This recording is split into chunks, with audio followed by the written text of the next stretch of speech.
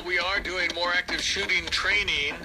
There's no question about that. Law enforcement expert Dr. G.M. Cox, Tarleton State, Fort Worth, Texas. Dr. Cox, how are you? I'm great. Good morning. Well, good to have you on. We because we're so frustrated with how police are being treated, will be conducting the first ever Law Enforcement Appreciation Banquet. We're doing that this August for 440 people. And just simply to say thank you to law enforcement, what they do and what they mean to the country. Great idea. That's great of y'all do that.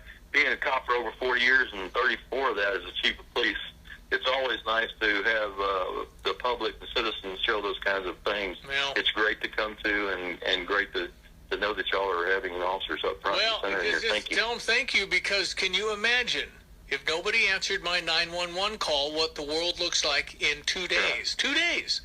Not good. No, we'd be dividing up neighborhoods with our own firearms, right? I mean, it'd just be lawless. I mean, the police keep us safe, and now we've been trained to know that police are out to get us. It is so unfair. It is so unfair, and I agree. Absolutely wrong. All right, I wanted to ask you about this training. How do you, if I go into a mall and there's an active shooter, what are the steps? If I'm an officer, I've got to assess quickly. How do I do that with people running everybody screaming? Right. Well, officers are trained in a standardized tactic set that we're going to go into, such as you just described, a mall, a school, a workplace.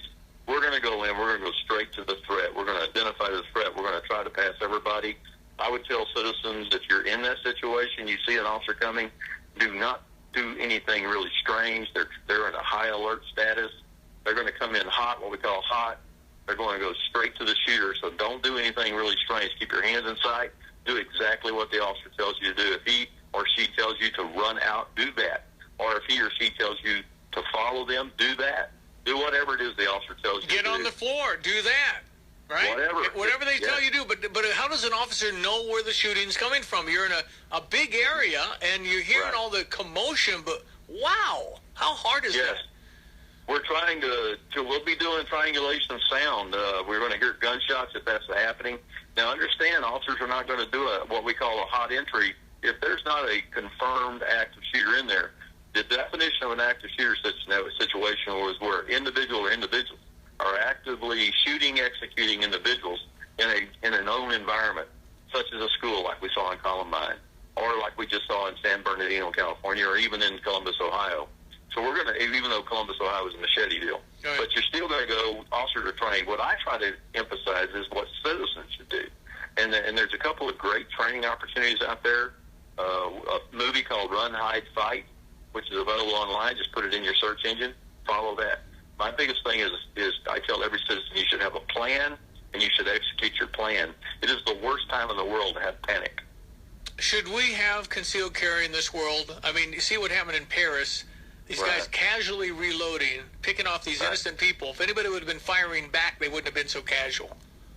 I agree, I think. But, there's a lot of societies are different. I mean, the American people, even we are divided on whether we should have gun control. Yeah. What level of gun control? Should we allow concealed handgun carry? I try to tell people this. If you have the right mindset to carry a weapon, and you can legally carry a weapon either through a concealed handgun license or open carry. I don't recommend open carry ever, but if you have that ability, then I would say do it.